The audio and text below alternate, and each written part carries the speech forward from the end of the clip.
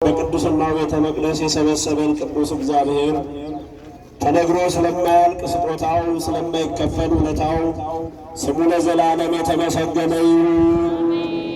ንጽሕተ ንጹሐን ቅድስተ ቅዱሳን ወላዲተ አምላክ ድንግል ማርያም ክብር ምስጋና ይድረሳት። አመስግኗት።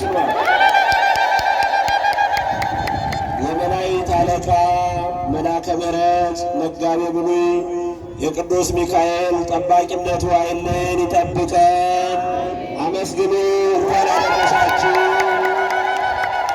በዛሬው ዕለት በቅድስት ቤተ ክርስቲያን ታስበው የሚውሉ ቅዱሳን፣ ጻድቃን፣ ሰማዕታት፣ መነኮሳት፣ ሊቃነ ጳጳሳት በረከታቸው በሁላችን ላይ ይደር። አሜን ብላችሁ ተቀበሉ።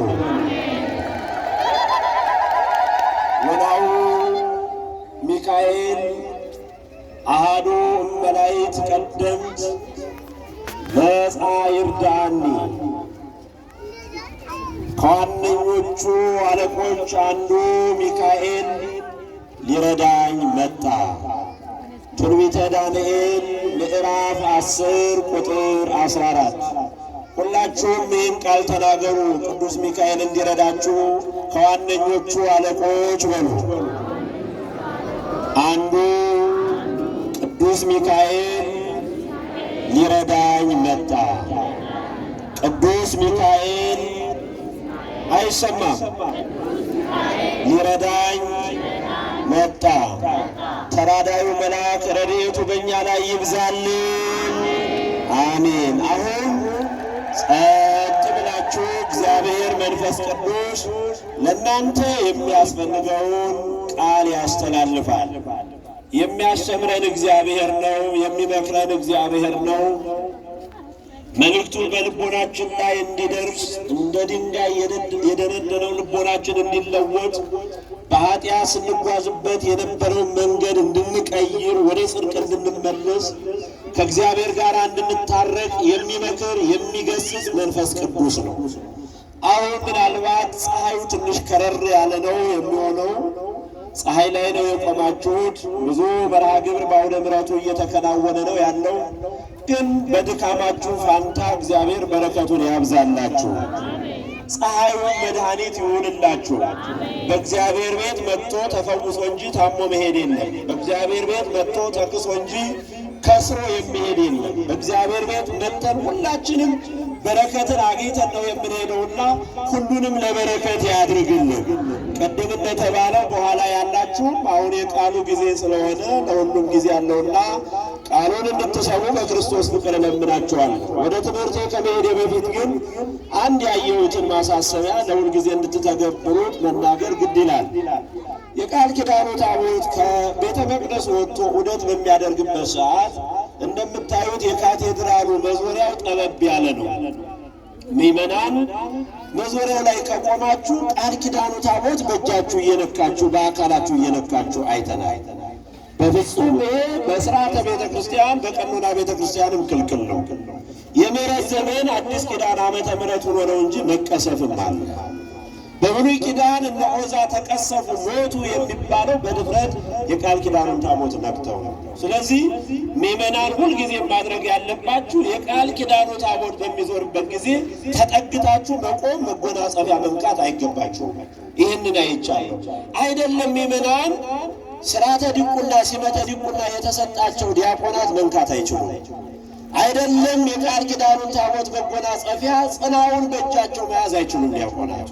ይህ ሥርዓተ ቤተ ክርስቲያን ነውና እንደ ባለማወቅ በረከት እናገኛለን መስሏችሁ ይመስለኛል። ይህንን አይቻለሁ። ስንዞር ተጎንብሳችሁ የቃል ኪዳኑን ታቦት መጎናጸፊያ ለመንካት የምትሞክሩ አይተናል። ይሄ ትክክል አይደለም፣ እንዲታረም ያስፈልጋል። ተቀብላችሁናል? ተቀብላችኋል? እስኪ አሜን ብላችሁ አመስግኑ። ይህንን ያየው ስለሆነ ነው።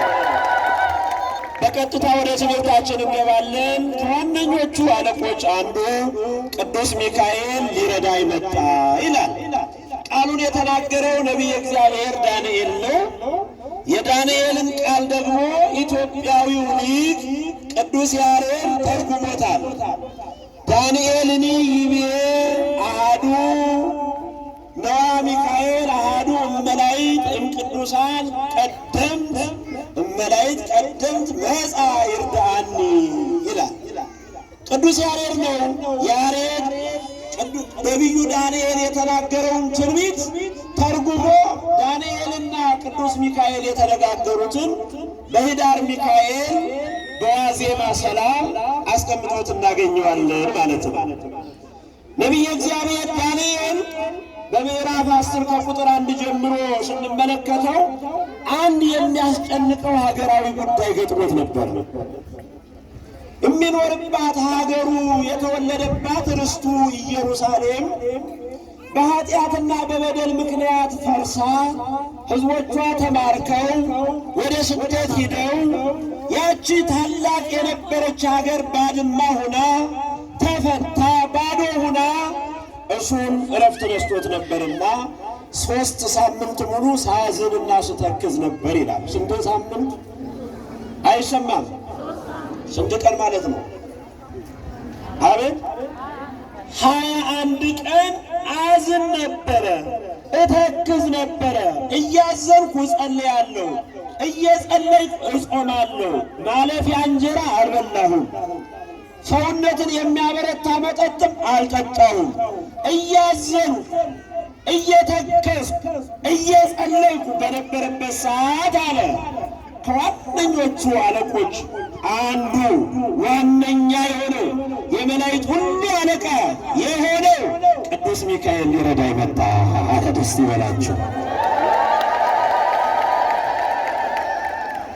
መጣና አጽንዓኒ ወይቤለኒ ብእሴ ፍትወት አንተ ኢትፍራ ብእሴ ፍትወት አንተ። መጥቶ አጽናናኝ፣ አበረታኝ። አንተ ብዙ ፍላጎት በውስጥ የምታስተናግድ ሰው ማለት ነው። ብእሴ ፍትወት ማለት ደግሞ ሊደረግልህ የምትፈልገው ያለ ሰው። አይዞ፣ አትፍራ፣ ጽና፣ በርታ አለኝ። እሱ ሲናገረኝ አለ አጽንዓኒ፣ በረታው፣ ጸናው፣ ጠነከርኩ። እኔም አልኩት እባክህ ንገረኝ አልኩት ይላል። አሁን ትልቁ ስለ ቅዱሱ መልአክ ወደ ዳንኤል መጥቶ እንዴት እንዳበረታው እንዴት እንዳዳነው እንደረዳው መጽሐፍ ቅዱስ በግልጽ በብሉዩ ክፍል አስቀምጦልናል።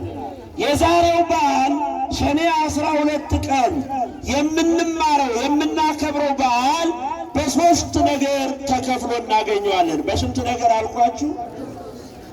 አንደኛው እጅግ የበዛው የሰፋው የእግዚአብሔር ማዳን። እስኪ አመስግኑ እግዚአብሔርን። የእግዚአብሔር ማዳን የማን ማዳን? የማን ማዳን? አንደኛው ክፍል ይሄ ነው። የእግዚአብሔር ማዳን የበዛው የእግዚአብሔር ማዳን፣ የእግዚአብሔር ቸርነት። ምንም እንኳን ዘመን ቢከፋ ሰው ክፉ ቢሆን ሰዎች መከራ ቢያበዙብንም የእግዚአብሔር ማዳን ሁልጊዜ ከእኛ ጋር መሆኑን የምናይበት በዓል ነው። ደስ ይበላችሁ ክርስቲያኖች። ሁለተኛው የቅዱስ ሚካኤል የመላእክት አለቃ ፈጣን ተራዳይነት የምናይበት ክፍል ነው። ሁለተኛው ክፍል እግዚአብሔር ሊያድን ሲፈልግ፣ እግዚአብሔር ማዳኑን ሲፈቅድ የሚያድን የሚረዳ ከእሳት የሚያወጣ ከመከራ የሚያወጣ መልአክ ይልካል። ቅዱስ ሚካኤል እንዴት እንደሚረዳ የምናይበት ክፍል ነው። ሦስተኛው ክፍል ግን እኛን የሚወክል ነው። ይህ ሁሉ ማዳን የእግዚአብሔር ማዳን የቅዱስ ሚካኤል የመላእክት ረዳትነት ጠባቂነት የሚሆነው እኛ ስናምን ነው። ማን ሲያምን? ንገሩን። ሃይማኖታቸው የበረቱ ሰዎች፣ ሃይማኖታቸውን የጠበቁ ሰዎች፣ በእግዚአብሔር የታመኑ ሰዎች የእግዚአብሔር ማዳን የቅዱስ ሚካኤል እርዳታ ተከናውኖላቸዋል። ደስ ይበላችሁ። ይህም ታሪክ ነው ዛሬ የምናየው። በጣም ብዙ በዓል ነው። ቅዱስ ሚካኤል በዓለ ሲመቱ ነው። የመላእክት አለቃ ተብሎ የተሾመበት ነው። ደስ ይበላችሁ። እንኳን አደረሳችሁ። ከዋነኞቹ አለቆች እስኪ ከዋነኞቹ አለቆች በሉ እስኪ። አንደኛውና ዋነኛው ስንት ሊቃነ መላእክት ነው ያሉ ታውቃላችሁ አይደል? ስንት ናቸው? 7 ሊቃነ መላእክት አሉ። የሊቃነ መላእክት ሁሉ አለቃ ደግሞ ቅዱስ ሚካኤል ነው። ደስ ይበላችሁ። የመላእክት ሁሉ አለቃ ቅዱስ ሚካኤል የመላእክት አለቃ የተባለ ደግሞ እስመ በትሕትና ረከበ ልዕልና፣ በትሕትናው ነው ከፍታን ያገኘ የመላእክት አለቃነትን ያገኘ። አኀዜ መንጦላዕት ቅሩበ እግዚአብሔር የነበረው ሳጥናኤል ነበረ። ሳጥናኤል በትዕቢቱ ተዋረደ። የሌለውን ውሸት ከራሱ አመንጭቶ ተናገረ፣ ወደቀ።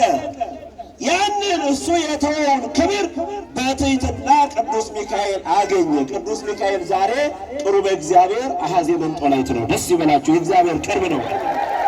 እንደውም መልአከ ምክሩ ለአብ ይባላል። እስኪ በሉ መልአከ ምክሩ በሉ ለአብ።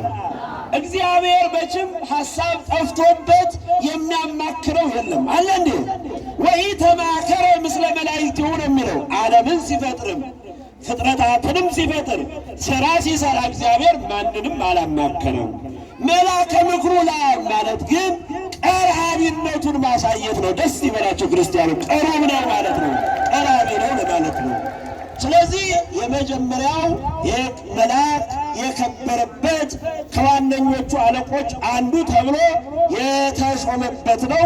በዚህ በኅዳር ሚካኤል ላይ ሊቃውንቱ ካህናቱ እምኩሎሙ መላእክት ይትለዓል መንበሩ፣ ከመላእክት ሁሉ የቅዱስ ሚካኤል መንበሩ ስልጣኑ ከፍ ያለ ነው። እግዚኡ ረሰዮ ለውእቱ ሚካኤል፣ ራሱ ባለቤቱ መድኃኒታችን ኢየሱስ ክርስቶስ ነው። ራሱ ባለቤቱ እግዚአብሔር ነው የመላእክት አለቃ አድርጎ የሾመው። ስለዚህ ከመላእክት ሁሉ ከፍ ያለ ነውና ከፍ አድርጋቸው አመስግኑት። ጥበቃ አይለየን። በዛሬው ዕለት ሰኔ 12 ቀን ደግሞ ከዚህ ዓለም ድካም ያረፉ ቅዱሳን አሉ። ቅዱስ ሚካኤል አማላጅነቱ ጠባቂነቱ የደረሰላቸው እግዚአብሔር ያዳናቸው ክርስቲያኖች አሉ።